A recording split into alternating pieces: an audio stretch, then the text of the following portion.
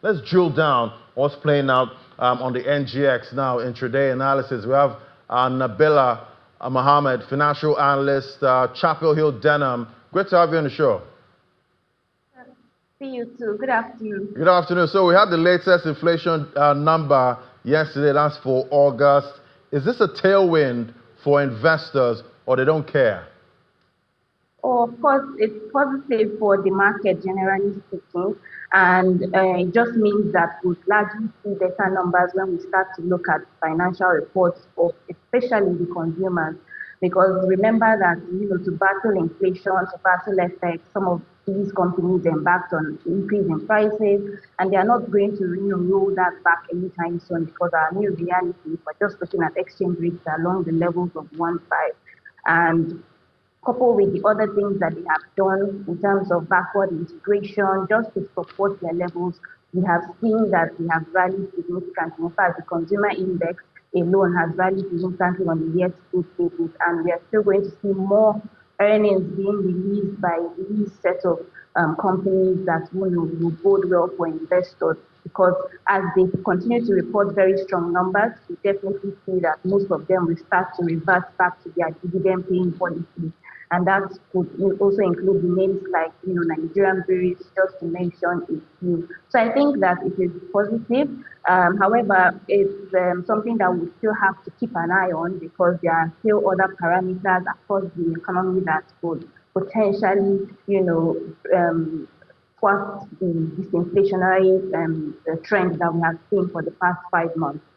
Right, and definitely is rate setting season, globally and right here in Nigeria, expecting a decision from the MPC next week. Do you think investors are trading around, this season, or they're just just trading as usual, not minding what's going to happen with interest rates? How are you seeing it?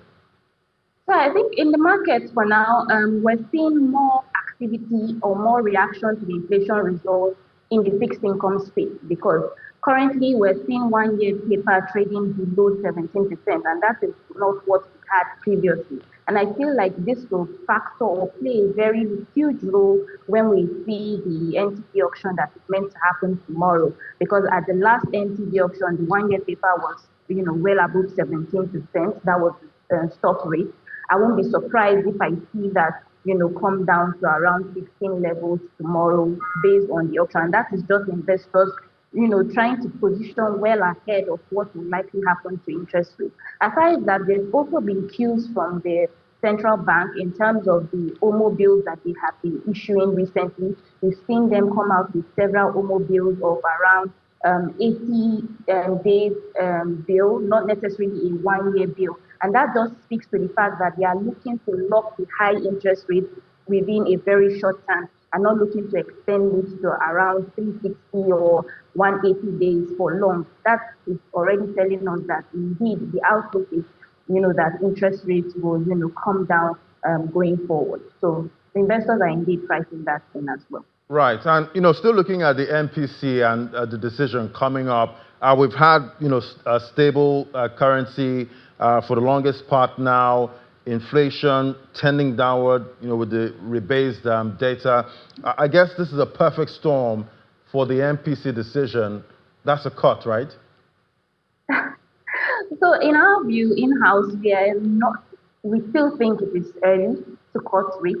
And like I mentioned earlier, there are still other factors that they would have to consider. Yes, you're right. We have had stable effects. We have had disinflation for 5 months now. But then there are still pressures, and we would have to watch out for those pressures. Those pressures include what is happening across the globe, include what we are seeing on a month-on-month basis. Even if August month-on-month was, solid, if we're looking at just the trend of maturities and that will keep the system from a demand side, there could be a resurgence in inflation. So it is still too quick for us to start to see the MPC decide to, cut interest rate. And again, we are also looking out for what the Fed will decide tomorrow, rather, when they finish their own, monetary policy meeting that started today. So when they finish it by tomorrow and we see their decision, that would also further serve as something to be considered in the meeting for Nigeria next week. However, we will not be surprised if we see a cut materialize in the November meeting and not necessarily in this meeting. But for now, we are still thinking that the committee will likely remain, on the whole side, except if we see some of the factors, especially the U.S. Fed meeting, go dovish in their stance. Right, and with what we're seeing play out so far, let's look at the intraday trade now in the market. Which stocks are getting attention from investors right now? So we're seeing activity in Guinness.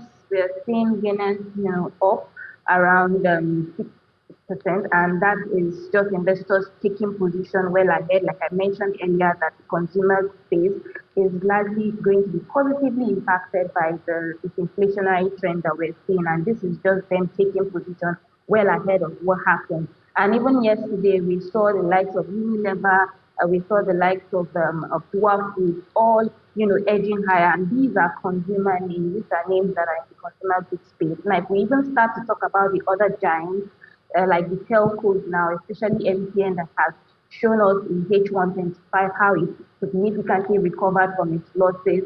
It's looking like it will for another potential rally when they release their 9 month results. So all these, I think investors are, sort of paying attention to in order to largely take their positions right.